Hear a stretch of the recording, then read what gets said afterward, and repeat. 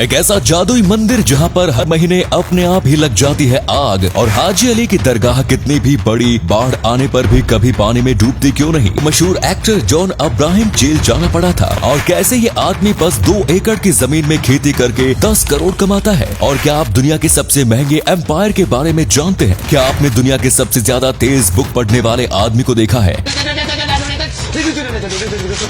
ऐसे ही अनोखे फैक्ट्स जानने के लिए बने रहना वीडियो के एंड तक। नंबर 1, क्रिकेट के खेल में जितनी अहम भूमिका खिलाड़ी की होती है उतनी ही अंपायर की भी मानी जाती है। मैदान पर अंपायर का एक गलत फैसला पूरे मैच की तकदीर बदल सकता है। और आपने कई बार दुनिया के सबसे महंगे खिलाड़ियों के बारे में सुना होगा, पर क्या आप दुनिया के सबसे महंगे अंपायर के बारे में जानते हैं? अगर नहीं तो वो है पाकिस्तान के पूर्व खिलाड़ी अलीम डार। अलीम ने वर्ल्ड कप 2003, 2007, 2011 जैसे कई अहम टूर्नामेंट में अंपायरिंग की। इतना ही नहीं, उन्हें 2009-10 में अंपायर ऑफ द ईयर के खिताब से भी नवाजा जा चुका है। खबरों की माने तो डार को टेस्ट मैच में अंपायरिंग के लिए 2,10,874 रुपए, T20 के लिए 70,291 रुपए और वनडे इंटरनेशनल मैच के लिए 1,54,641 रुपए जैसी मोटी फीस मिलती है। इन सब के अलावा उन्हें हर साल 31,63,117 रुपए की सालाना सैलरी भी मिलती है। नंबर 2, दोस्तों हमारे भारत देश में ऐसे बहुत से मंदिर स्थापित हैं जो अपने आप में बहुत ही प्राचीन है और विख्यात। वैसा ही एक मंदिर है राजस्थान में। ये मंदिर राजस्थान में इडाणा माता मंदिर के नाम से जाना जाता है। वैसे तो आपने बहुत सारे चमत्कारिक स्थलों के बारे में सुना होगा, लेकिन इसकी दास्तान बिल्कुल अलग है और चौंकाने वाली है। यहाँ स्थित देवी माँ की प्रतिमा से हर महीने में 2 से 3 बार अग्नि प्रज्वलित होती है। इस अग्नि स्थान से माँ की संपूर्ण चढ़ाई गई चुनरियाँ, धागे भस्म हो जाते हैं और इसे देखने के लिए माँ के दरबार में भक्तों का मेला लगा रहता है।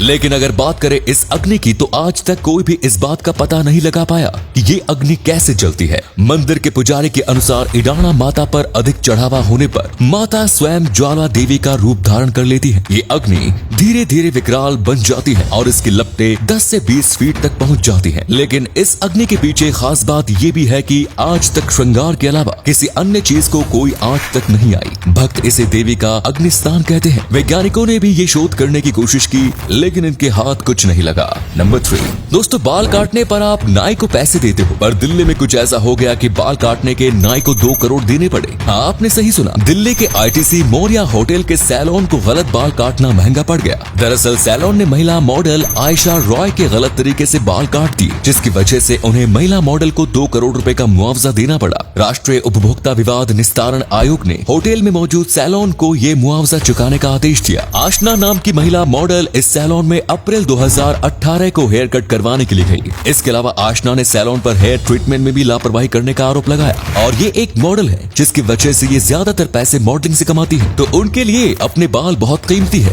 पर आपको क्या लगता है, हर महीने में दोबारा उग जाने वाले बालों के लिए किसी से 2 करोड़ लेना सही है? हमें कमेंट्स में जरूर बताएं। हाजी अली दरगाह कभी भी पानी में डूबती क्यों नहीं है? अगर आप कभी हाजी अली की दरगाह पर गए होंगे तो आपने देखा होगा वो चारों तरफ से पानी से घिरी है, फिर भी इसे कभी आंच नहीं आती। तो हाजी अली जब अपने भाई के साथ भारत आए थे तो तब उनका मन इस जगह पर आ गया था और उन्होंने यही अपने घर को बनाने का सोचा। और जब वो अपने अंतिम समय पर आ गए थे तब उन्होंने सोचा कि वो अपनी आखिरी सांस मक्का में लेंगे, पर उनको पता था कि वो शायद वहाँ तक नहीं पहुँच पाएंगे। तो उन्होंने सबको कहा था कि अगर ऐसा हो तो उन्हें ताबूत में रख के पानी में डाल दें, और ऐसा ही हुआ। इन्होंने मक्का पहुँचने से पहले ही इस दुनिया को अलविदा कर दिया। और फिर जब इनके ताबूत को पानी में डाला गया तो वो ताबूत घूम फिर के वही जगह आ गया जहां हाजी अली रहते थे, और ताबूत ना तो पानी में डूबा और ना ही पानी ताबूत के अंदर गया। ये चमत्कार से कम नहीं, और इसीलिए लोग मानते हैं कि हाजी अली की रक्षा खुद अल्लाह करते हैं, जिसकी वजह से वो डूबता नहीं।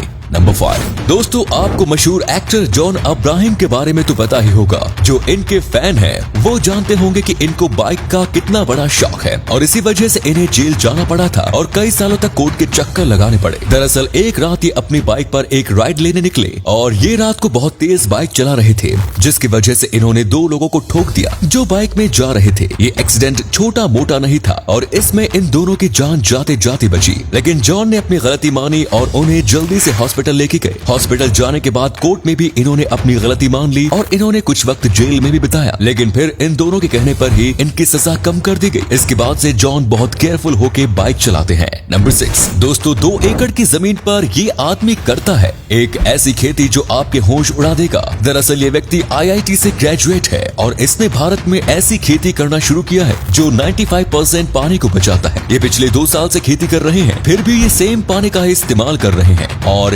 ये जो खेती करते हैं वो जमीन नहीं बल्कि पानी के ऊपर करते हैं। दरअसल ये पौधों को पानी के ऊपर उगाते हैं और फिर पौधे उग जाने के बाद ये पानी मछली के टैंक में चला जाता है और फिर जब ये पानी मछली के पोटी से गंदा हो जाता है उसके बाद इस पानी को फर्टिलाइज करके उसके ऊपर फिर से पौधे उगाए जाते हैं। इसमें पानी बिल्कुल वेस्ट नहीं होता क्योंकि पौधों को जो न्यूट्रिशन चाहिए होता है वो मछली के वेस्ट से ही मिल जाता है। और तो और आप मछली और पौधे दोनों बेच सकते हो जिससे आपको बहुत मुनाफा होगा। ये पहले हैं जिन्होंने ऐसी खेती शुरू की। धीरे धीरे ये भारत में कई लोग शुरू करेंगे। नंबर 7 दोस्तों, क्या आपने दुनिया के सबसे ज्यादा तेज बुक पढ़ने वाले आदमी को देखा है? ये है वो। ये नेपाल के हैं और ये इतनी स्पीड से पढ़ते हैं कि आपको यकीन ही नहीं होगा। कई लोग मानते हैं कि ये फेक है, पर खुद वर्ल्ड रिकॉर्ड वालों ने इन्हें वर्ल्ड रिकॉर्ड दिया है। इनको बुक्स पढ़ने के लिए बोलते हैं, उसके बाद उससे रिलेटेड क्वेश्चंस पूछते हैं ताकि इस बात का फैसला हो सके कि ये सही में बुक पढ़ते हैं और बस कोई भी शब्द नहीं बोल देते हैं। इनके कई इंटरव्यूज भी हुए। नंबर 8 गुजरात के सबसे बड़े शहर अहमदाबाद में एक बच्चे का ख्वाब जिला कलेक्टर ने पूरा किया। यहाँ 11 साल की बच्ची ब्रेन ट्यूमर से जूझ रही है और उसकी बचपन से इच्छा थी कि वो जिला कलेक्टर बने और अहमदाबाद के कलेक्टर संदीप सांगले ने उसका ये सपना पूरा करवाया और एक दिन के लिए उसे अहमदाबाद का कलेक्टर बना दिया। और ये सब मेक विश ऑर्गेनाइजेशन की वजह से ही मुमकिन हो सका। दरअसल ये एक ऐसा ऑर्गेनाइजेशन है जो कि किसी जानलेवा बीमारी से पीड़ित बच्चों की इच्छा पूरी करता है ताकि बच्चों को जीने की ताकत मिले और वो जल्दी से ठीक हो जाए। और इसीलिए इस ऑर्गेनाइजेशन ने अहमदाबाद के कलेक्टर से बात की और जिला कलेक्टर संदीप सांगले ने एक दिन के लिए कलेक्टर बनने की इजाजत दे दी। संदीप सांगले ने एक इंटरव्यू में कहा था कि वो चाहते हैं कि इनका ऑपरेशन सक्सेसफुल हो जाए और फ्यूचर में ये कलेक्टर बने। तो दोस्तों, वीडियो अच्छा लगा तो लाइक कर देना। ऐसे ही वीडियोस देखते रहना चाहते हैं तो पेज को फॉलो कर देना। वीडियो देखने के लिए धन्यवाद।